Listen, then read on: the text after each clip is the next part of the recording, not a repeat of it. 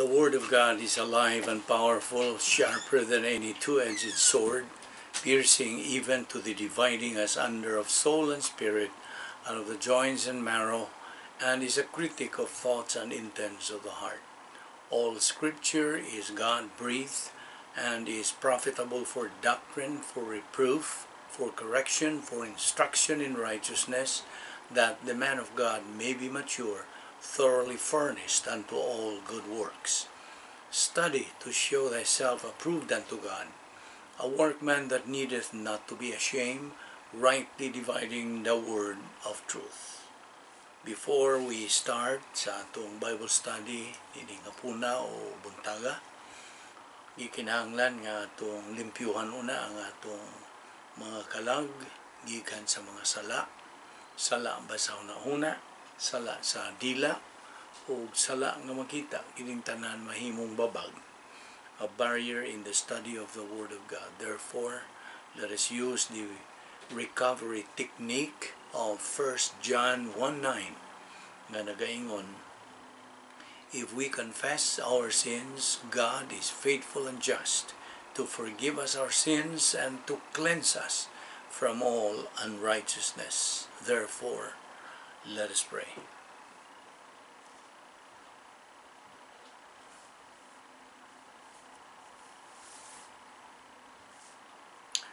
Let us pray. We consider it a privilege, Heavenly Father, to have the freedom and the opportunity of fellowshipping in your word. We are grateful, Father, that through your grace, you brought us this time in this assembly, in this Bible study, to take in your precious word, which is the only shield we can equip and arm ourselves to confront any false teaching that religion tries to spread in this devil's world. We now pray that you give us the concentration through the filling of the Holy Spirit, challenge and motivate us to the things you are going to teach us. Make these things a blessing to us, for we ask it in Christ's name. Amen. Now, human makadungog ang usa ka tao, ingnon ta, usa ka tao, makadungog sa maayong balita sa kaluwasan. Tumuo ka kang Ginoong Hesus ug ikaw maluwas. Mga Buhat 16:31. After hearing the gospel message of salvation by understanding, comprehending, and perceiving, he makes a decision to believe it. You accept Christ as Lord and Savior, you are then saved instantly in 1/60th of a second. Mao kanaon sa kapaspas sa pagkahitabo sa kaluwasan sa usa ka tawo nga modawat kang Ginoong Jesucristo nga iyang manluluwas. Simultaneous with that, mo kini ang pipila ka mga butang actually happening to him, who is a new believer now. He is imputed God's righteousness, suluban siya sa pagkamatarong sa Dios. Suluban siya nga ang Dios nga mahan pagtan-aw niya ng tawhana nga bag-upang midawat kang Kristo. Dili na siya hinukman sa pagtanaw sa Diyos nga mahan, kundili na matarong na, justified. So, he is imputed God's perfect righteousness. That's number one. Number two, he automatically becomes a member of the royal family of God. Arianong panimalay sa Diyos. Number three, suluban na usab siya, hatagan siya sa kinabuhi nga wala na'y katapusan, eternal life. Unya, ikaupat nini ang iyangan isuwat na ngadto sa Lamb's Book of Life, never to be blotted out again. Dili na ka na mapapas, di na ka na mapala, hangtod ka na sa kangturan. O all in all, tanan-tanan nini, there are 70 things, kapituan ka mga butang wrapped up in one word, soteria, salvation. Now, niyantong higayon nga ang tao nakadungog sa may balita sa kaluwasan, iyang timbang-timbang, tinuon ba kini o di? So ang iyang kabubuton mo ay nagalihok niya ng higayon na sa pagkadungog niya sa maayong balita sa kaluwasan. Nakadungog siya sa mga punto o mga prinsipyo o mga saad sa Diyos. Like 2 Peter 3:9, ang Diyos is not willing that anyone should perish, but that all, ang tanan, all should come to repentance sa paghinulsol ug maluwas. 1 Timoteo 2:4, God wills that all will be saved. Underline that word, all, ang tanan. 2 Corintios 5:17, therefore, if anyone is in Christ, he is a new creation. The old has gone, the new has come. 1 Corinthians 15:22, for as in Adam all die, so also in Christ all shall be made alive. John 10:28, and I give eternal life to them, and they shall never perish, and no one shall snatch them out of my hand. 1 Timothy 2:5, there is one God and one mediator between God and men, the man Christ Jesus. Romans 8:1, there is therefore now no more condemnation for those who are in Christ Jesus. Ephesians 2:8 and 9, we have been saved by grace through faith. This salvation is not of yourselves, it's a gift of God, not of works, lest any man should boast. Titus 3:5, not by works of righteousness which we have done, but according to his mercy, he saved us through the washing of regeneration. So, renewing kana sa Holy Spirit, pag bag-o, renewing by the Holy Spirit. Now, the first gospel nga gisangyaw, the first gospel preached was in the Garden of Eden, Genesis 3:15. The first evangelist niyadtong panahon na was the Lord Jesus Christ. Who were the hearers? The first man and his wife, si Adan ug ang iyang asawa nga si Eva. Gospel is always the same. Believe on the Lord Jesus Christ and you will be saved. Only the Lord Jesus Christ is qualified to be the Savior and no one else. Now, nganong kalifikado si Ginoong Kristo ingon nga manluluwas as a Savior? What made him qualified? Number one, wala siya Adam's original sin. That's number one. Wala siya mapahiri sa original nga sala ni Adan. Ikadua, wala siya kinaiyang makasasala. He had no old signature. Ikatulo, wala siya makabuhat o bisag gamay na lang sa walay nahimong sala si Ginoong Hesukristo. Number 4, he is the only perfect member of the human race. Ug ang number 5, na nag-iya siya og hingpit nga pagkamatarong perfect righteousness. Si Ginoong Hesukristo mipalit sa fallen human race. Ang purchase diha sa maong bersikulo, Christ purchased the fallen race. Ang purchase diha gipalit o pagpalit, mipalit sa Binisaya. Sa Grigo nga pulong, kanang purchase is agorazzo. Agorazzo, meaning to purchase, pagpalit o mipalit. Kining pulong agorazzo, gikan kini sa pulong agora nga nagpasabot og marketplace, merkado, or small kanang gamay nga mall ba. mall where people purchase, buy things. Mo kanaambot pasabot sa agura. Now, mo nang agoratso gigamit din sa original nga pulong sa Grigo, agoratso kay gipalit. Christ purchased the fallen human race. Now, believing that Christ died on the cross, history ka na, kasaysayan. Everybody knows that.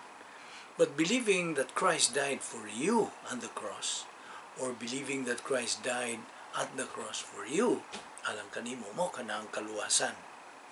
Now, yun sa man pagkaluwas sa mga tao niyan itong daang paghigsaan in the Old Testament, na luwas sila by looking forward to the cross by faith. Apan kita karon sa bagong tugon, New Testament, kita na luwas by looking backward, pabalik sa miagi, looking backward to the cross also by faith. Now, man cannot be held responsible for his sins because under the biblical law of double jeopardy, one cannot be tried twice of the same crime. Uma naman God, nasulbad na ang maong krimen nga atong nahimo. Batok sa Dios.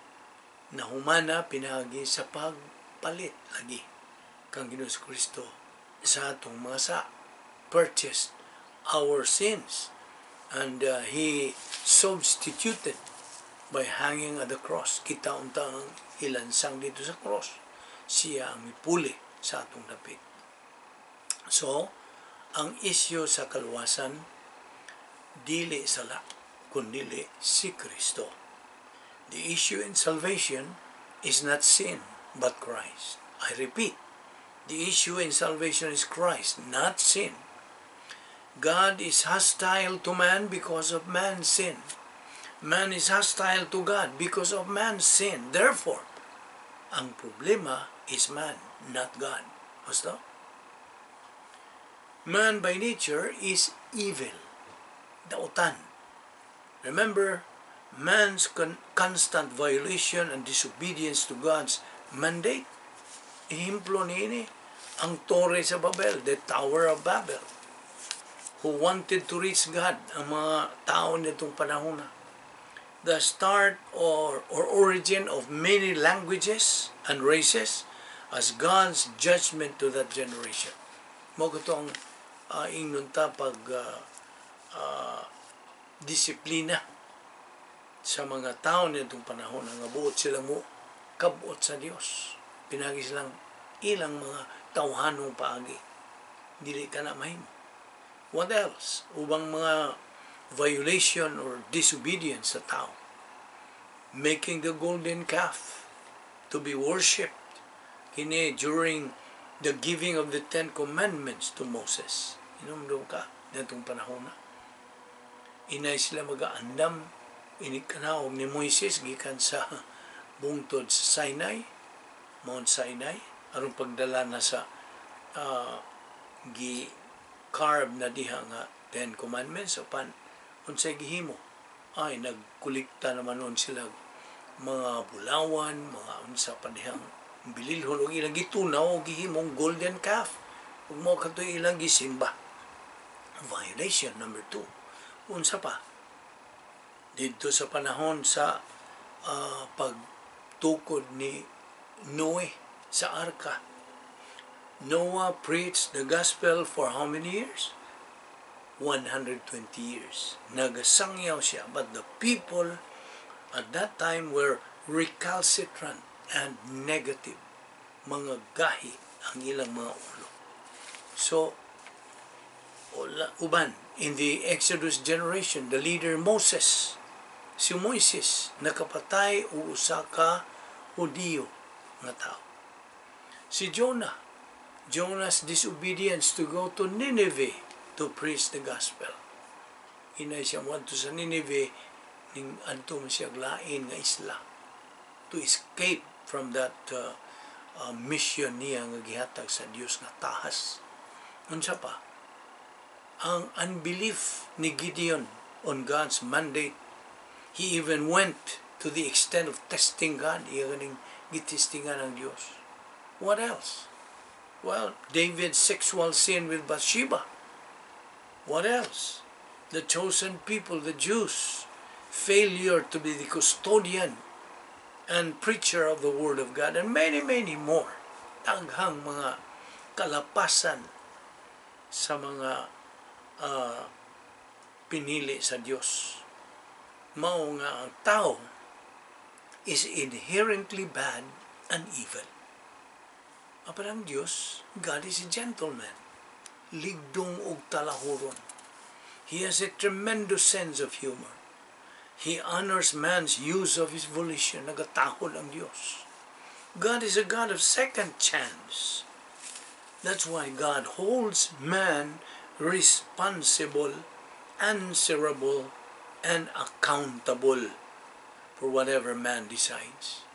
Siya ra gyud ang mabasol. However, God, in His mercy and grace, provides man everything he needs in time so he can glorify God. But listen, there's going to be famine and thirst for the Word of God. Ablihi ang imong Biblia diha sa Amos chapter 8 verse 11. Klaro kayo ang tugon umando sa Dios nga ana di mga kagutom ug kauhaw alang sa pagkasayod ug pag-ila sa pulong sa Dios. Eternity is timeless, ageless, why kapanahunan, why panuigon. Man is just a slave to time. That's why man uses, magagamit kita sa relo, wall clocks, etc., orasan, kay kita, we're only ulipon sa panahon. Okay, balik kita niya itong kondisyon sa tao. Una siya, maluwas. Usara ang wala mapahiri sa sang original ni Adan. Ato na ning gisubli. Kaya ang formula nga atong tanahon mo kini, AOS, Adam's original sin, plus old sin nature, OSN, equals spiritual death. Mo ka na ang formula. AOS plus OSN equals spiritual death. Kung sa ibot pasabot sa spiritual death, ang buti pasabot sa spiritual death is ang pagkahimulag nga kumpleto, hingpit nga pagkahimulag sa tao gikan sa Dios. That is spiritual death. There is total depravity na diha sa pulong sa Dios. All have sinned and come short of the glory of God. Romans 3:23. But through Genesis 3:15, God promised a Savior. Misaad ang Dios o usa ka manluluwas, the Lord Jesus Christ. Now, man has the access to God through the Lord Jesus Christ. Si Ginoong Jesucristo, mao lamang ang bugtong pultahan. He is the only door. Matod pa niya diha sa Juan 14:6, I am the way, the truth, and the life. No one comes to the Father except by me. So, sama niya itong arka ni Noe. Noah's Ark had only one door. Now, man has volition na ay kabubuton, kaugalingong kabubuton ng tao. Kung siya mo ingong, oo. Now, noon, na paman siya old sin nature, na diha ang unsa, ang away na away diha sa old sin nature versus God the Holy Spirit. Matagutlo sa atong pagkinabuhi, ingon nga mga magtotoo, ana kining bugno, away. Sa puwersa sa atong old sin nature o puwersa sa Holy Spirit. O ang atong kaugalingong kaubuton, ana sa taliwa niya. In between, ikaw mo himog desisyon. Kinsay padumalahon nimo sa mong kinabuhi, ang old sin nature ba? Kinayang makasasa o ang Diyos nga Espiritu Santo, the Holy Spirit. Pili. Naibaw ka na kung sa dangatan. Mao ka na ang stimulus. Papiliwan ta sa Diyos. Kinahanglan, mutubag ka, mo gamit kasi mong kaugaling kubot ng pag-ingon og oo o dili. Imuha ang pagpili. Kung mayroon kag oo, then kung bahin ka na sa kalwasan, mayroon kag oo, dawaton ko si Ginoong Jesucristo, muadto ka sa langit. He who believes in the Son has life, eternal life. But he who moingon siya nga dili ko, iyang isalikwa si Ginoong Jesucristo, he who does not have the Son does not have life, but the wrath of God abides on him. Mao kana ang prinsipyo diya sa volitional responsibility. Now, bahin sa kaluwasan o pagsangyaw, evangelism. Unsa man gyud ang evangelism? Kaya na ay mga tao nga pag yun nila maklaro, unsay buti masabot. What does evangelism mean? Evangelism is the communication of the good news of salvation. Mao kini ang pagpadayag sa maayong balita sa kaluwasan. Gikan kini sa pulong Griego nga iwangalitso. Iwangalitso. Mao kanang pronunciation yan. O ambot pasabot niya to pronounce, to proclaim. Sabi niya siya, pagbutyag o pagpadayag o pagpahayag. Now, ang noun nini is evangelion. Evangelion. E-U-A-G-G-E-L-I-O-N. Kana i-pronounce di mo iwangelion. Evangelion. Dili ka na iwagilion. Evangelion. O sa in English, gospel or God's spell.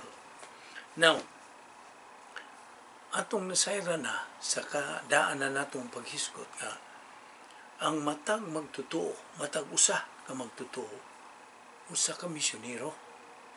Every believer is a missionary. A missionary means somebody who is sent by God to communicate the gospel. Kung ikaw magasangyaw, ikaw misyonero. Now, there are three attitudes. Totoo kapag tagad. Matun pa ka na sa Roma 1:14. Totoo kapag tagad, ngadto sa mayang balita sa kaluwasan. Number 1, I am a debtor. Ako utangan. Ay kaduha, I am ready. Prepared. Ako andam. Ikatulo, I am not ashamed. Dili ko igakaulaw.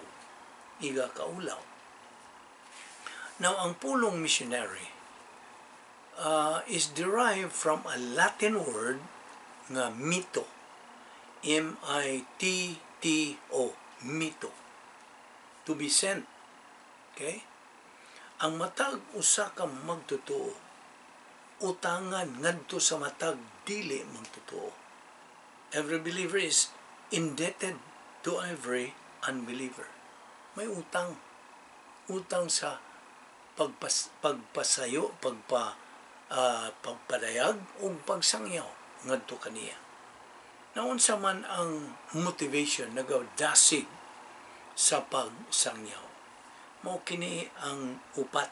Ang una niini, because of the believer's love for God and the desire to please God. Tungod sa iyang gugma. Tungod sa gugma sa magtotoo ngadto sa Dios. Ug ang iyang gana o interes sa pagpahimuot sa Dios. Mao kanang una. Primero Juan 4:19. Ikaduha is the believer's desire to obey and fulfill God's will. Ang kabubuton sa magtotoo nga musunod ug mutuman sa kabubuton sa Dios. 2 Corintios 5:14-15, 1 John 2:2 ug 2 Peter 3:9. Muna ika-2. Ikatulo, because of the believer's knowledge about the future of an unbeliever. Tungod sa kasayuran sa magtotoo, bahin sa makalilisang nga kaugmaong dayon sa usa ka dili magtotoo. Lucas 12:46, Juan 3:18, pinadayag 20:15, pinadayag 20:10. O gaya kaupa nga motivation because of the believer's awareness and knowledge that believers will be rewarded in the judgment seat of Christ. Mo kini ang ultimate motivation. Tungod sa pagkasayod sa magtutuo nga pagagantihan ang tanang magtutuo dito sa judgment seat of Christ.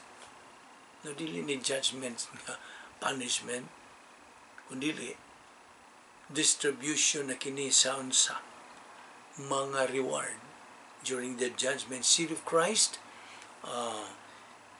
Your works will be evaluated dito. Susihon, timbangon, sutaon, susihon ang imong mga gipang buhat ingon nga magtutuo. Unsay ginaganon sa imong nabuhat, Diyos nun bang buhat o tawhanong buhat? Human good or divine good? Ang dawaton o pag-rewarded, pagagantihan mo lamang ang buhat ng Diyos nun. Now, ang mao kini ang bahin sa evangelism. Now, there is power. There is power behind evangelism. Ang gahom o luyo sa pagsangyaw sa maayong balita sa kaluwasan. Bible doctrine, pulong sa Dios. Ikaduha, pagampo. Ikatulo, pagpuno sa Espiritu Santo nga matang sa gugma. The feeling of the Holy Spirit, love. Now, naarabay mga oppositionist, naarabay mga musupak, magasupak, batok sa maayong balita sa kaluwasan. Kinsa man ni sila? Number 1, ang mga karnal nga mga magtutuo. Mao ni supak sa maayong balita sa kaluwasan. Ikaduha, ang mga demonyo, ang mga mga alalay ni Satanas, mga demonyo. 2 Corinthians 4:4.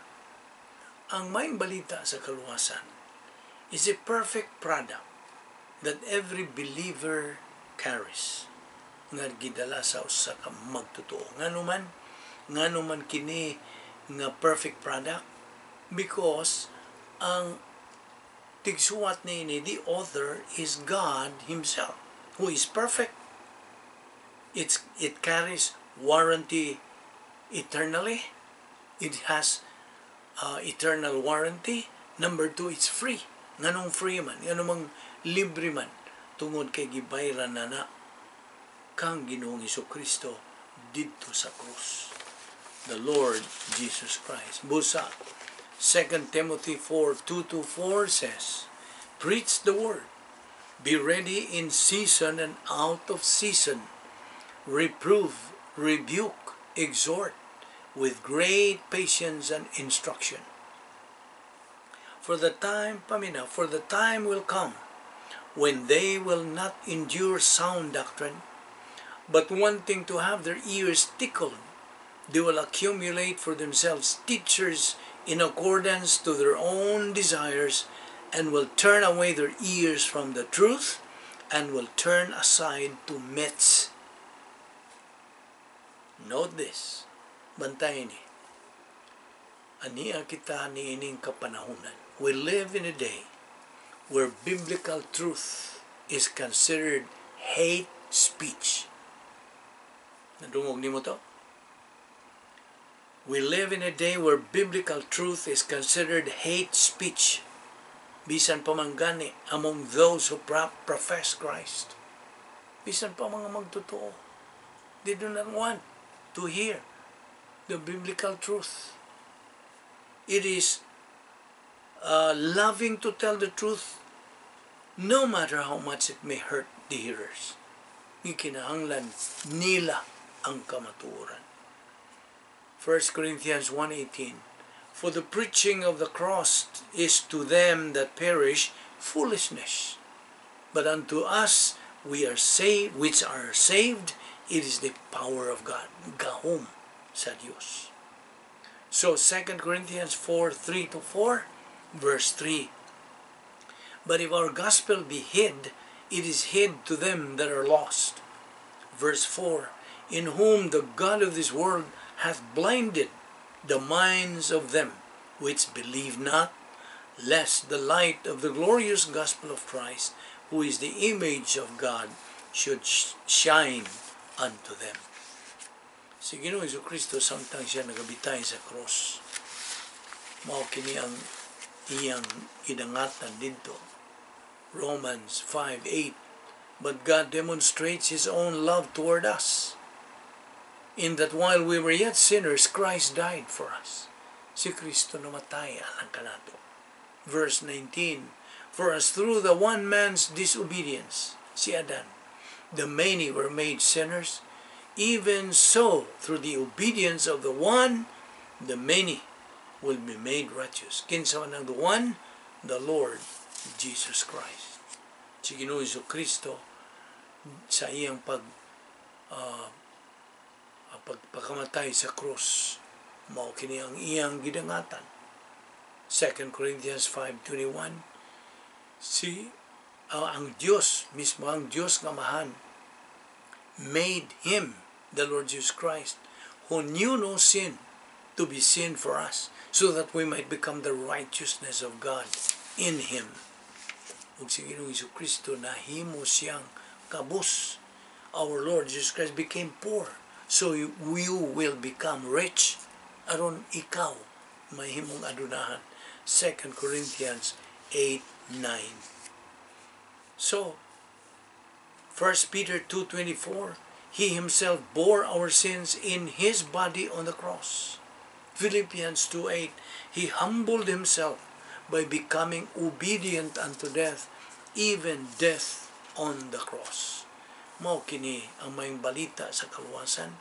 Namatay si Ginoong Kristo tungod sa itong mga kasalanan, iyang gilukat kanto, aron ikaw mahiadto untas langit, to purchase you from the slave market of sin, aron ikaw luwason niya.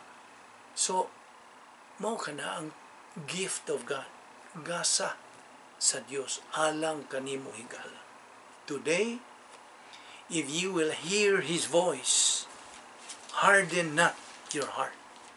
Ayaw pagahia ang imong kasing-kasing. Dinhi usa kita kutob sa atong pag-hisgot niini, ito ipadayon kini, gidapit kagihapon sa pagsunod sa atong Bible study through the YouTube and Facebook. Let us pray.